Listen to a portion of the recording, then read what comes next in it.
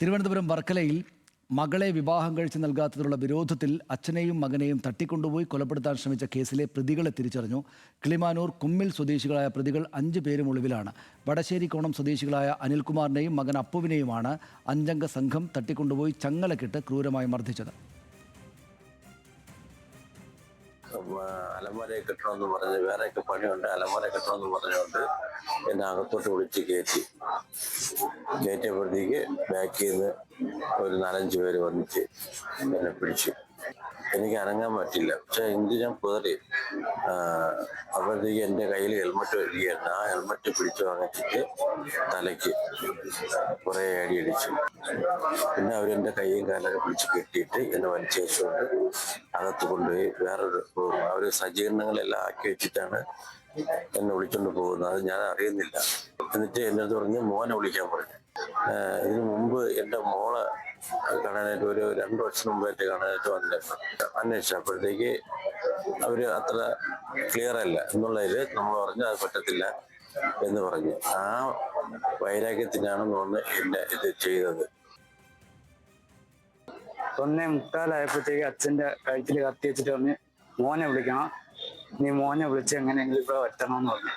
അച്ഛൻ നേരെ എന്നെ വിളിച്ചിട്ട് പറഞ്ഞ് അതാ മോനെ സൈറ്റിലോട്ടൊന്ന് വരണം, ഒരു അത്യാവശ്യ കാര്യമാണ്, നീ ഒന്ന് വരണമെന്ന് പറഞ്ഞു.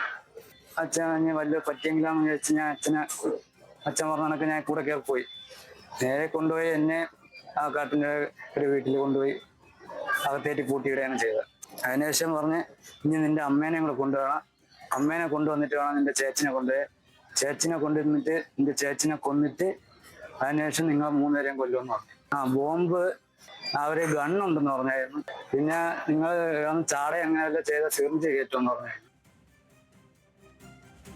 വിവരങ്ങളുമായി തിരുവനന്തപുരത്ത് നിന്ന് ഹാൻസ് ചേരുന്നു. ഹാൻസ്, ഇതിപ്പോൾ കേട്ടുകേൾവിയില്ലാത്ത സംഭവം എന്ന് തന്നെ പറയാവുന്നതാണല്ലോ.